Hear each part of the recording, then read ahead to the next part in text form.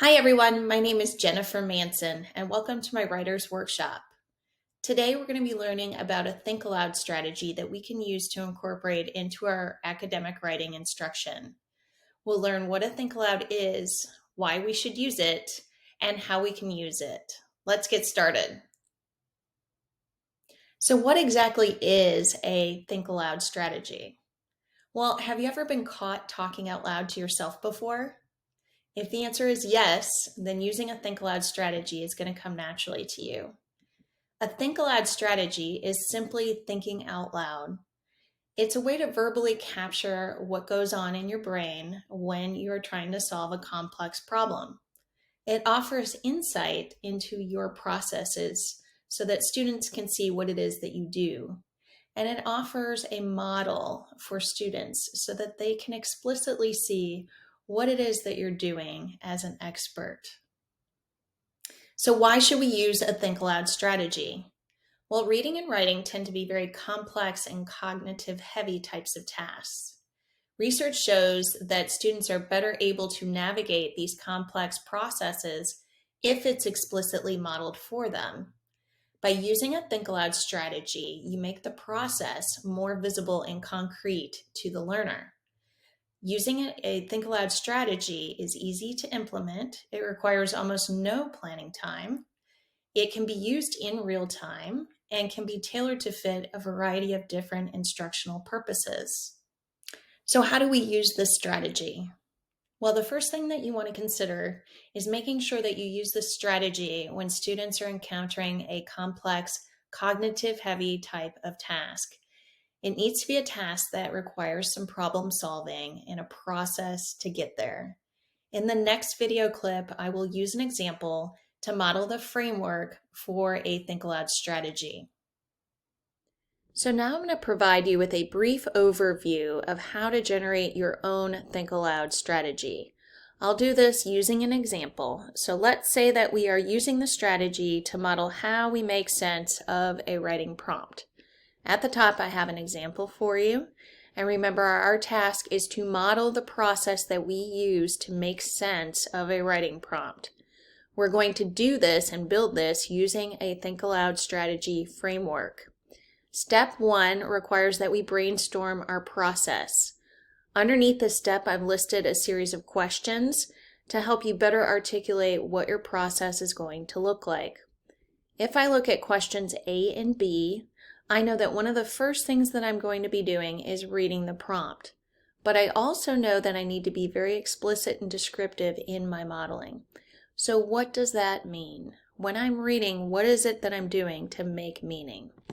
If I look at the question alone, I can see that I have some phrases that jump out at me here and here that will require me to further define them so that I can clarify and make sense of what the writing prompt is asking me to do. I may also paraphrase or reword the question. Part C asks, what other resources might I need to complete my task? This may look different depending on your experience and your environment.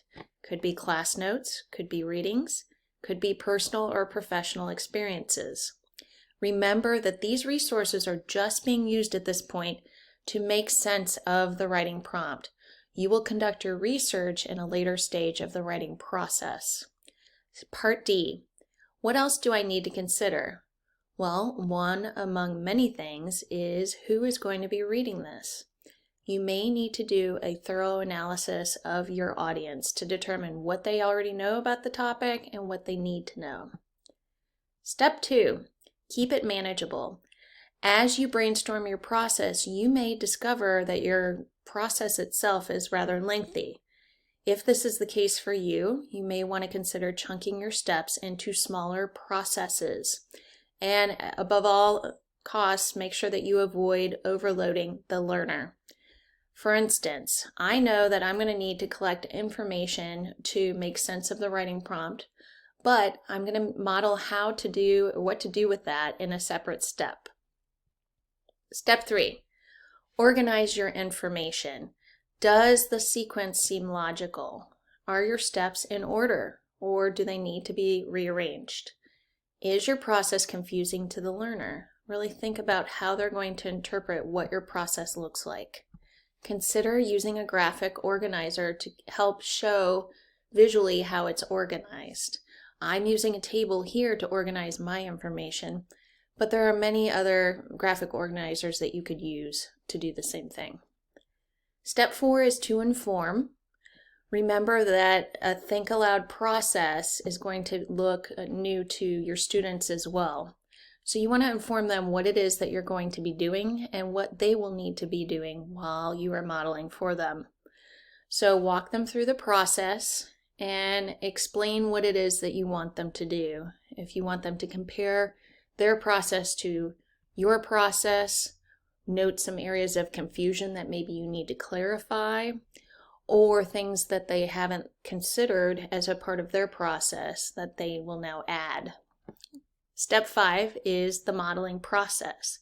Make sure as you are completing this step that you are doing so in an explicit and descriptive manner, and more importantly, explaining your why. Why are you doing the steps that you are performing? This provides your rationale for your problem solving. Step 6 is assessment. So now that you've completed your model, how can you use this strategy as an assessment tool? Well, for one example, you could have your students do this very same process, brainstorm their own processes, and share with you so that you have an understanding of how they approach a prompt and make sure that they have the right path and the right direction to continue through the writing process. And that's it, folks. In the next step of the next clip of this video, you will find out what your next steps will be and how you will use this to build your own Think Aloud strategy. So now it is your turn. Following this video, you will receive a sample writing prompt. You will then use the Think Aloud framework strategy to help brainstorm your process for understanding a writing prompt.